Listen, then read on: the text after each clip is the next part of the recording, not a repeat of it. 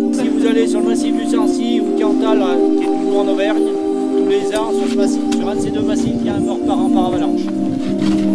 Donc ça peut être l'Auvergne, on a un mort par avalanche tous les ans en Auvergne. Alors les trois choses à avoir pour certains qui vont... On le prend à peu près au niveau du sol, voyez, hop là, voyez.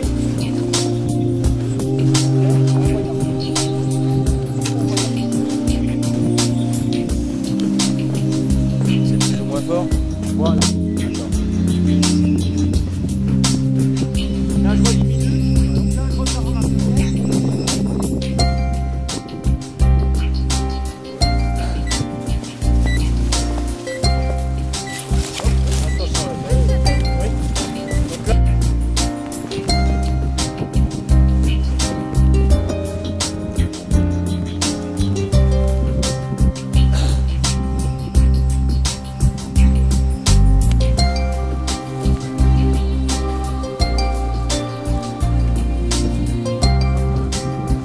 Ça brûle.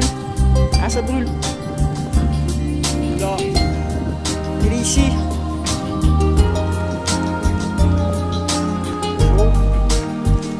là ça a augmenté.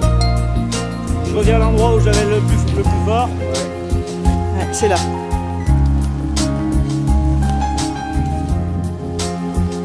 Là, c'est le maximum. Là, ça rebaisse. J'ai une zone là. Donc là, je cherche pas plus, je prends ma sonde et je sonde. 50 cm par 50 cm. On va commencer en faire. Je fasse un fil. Oh bon Dieu, oh bon Dieu.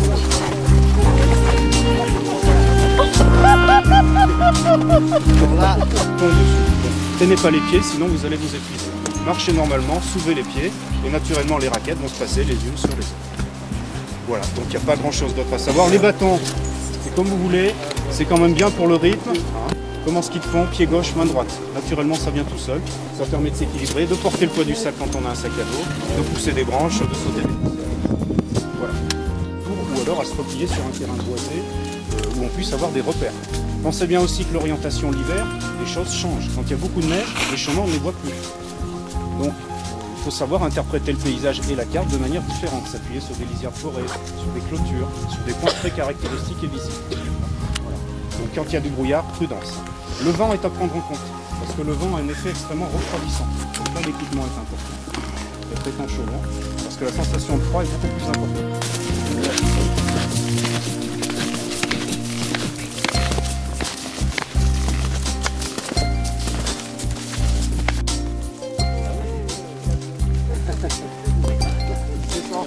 On obtient ça en plus.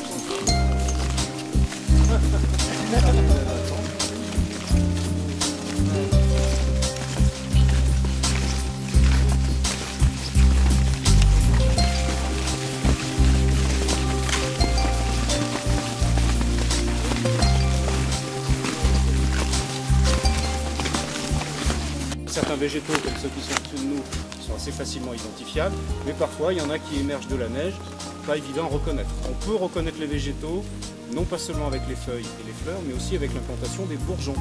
Parce qu'en hiver, vous verrez des bourgeons.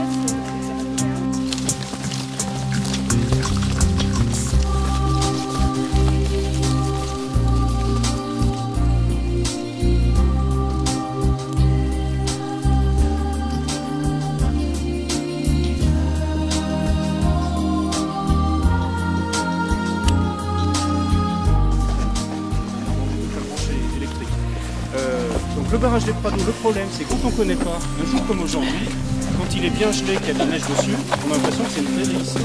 Et on voit des traces parfois.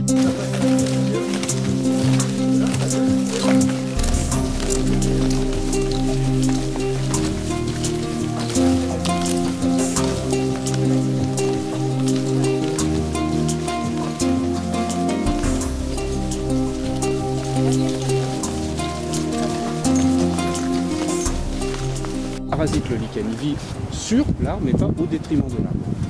Voilà, donc s'il y a beaucoup de lichen, c'est qu'il y a beaucoup d'humidité atmosphérique. Alors, l'usnée barbu, le cheveu de sorcière, effectivement, est très fragile au dioxyde de soufre.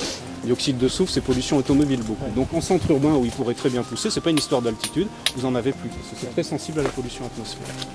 Donc ici, c'est une pollution qu'on n'a pas. Une pollution par contre qui peut être...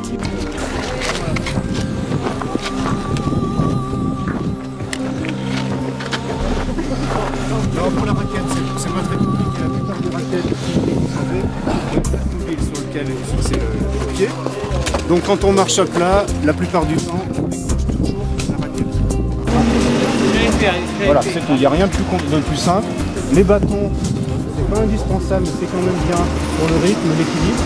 Et quand on a un sac à vue, ça porte une bonne partie du poids du sac. Et vous essayez d'avoir une clé à un endroit. Là, maintenant, je peux partir de Oui, Marie, il faut que tu m'avances. Non, ça c'est... Tu veux que je lance quoi? Avance-moi, je vais pas dans les roues. Il est bon le café? C'est Marie qui a payé. Il est bon le vin chaud? Il est super. Et voilà, la tente est démontée, il n'y a plus que le piquet au kiki. Voilà. C'est bien mon kiki, continue. Voilà.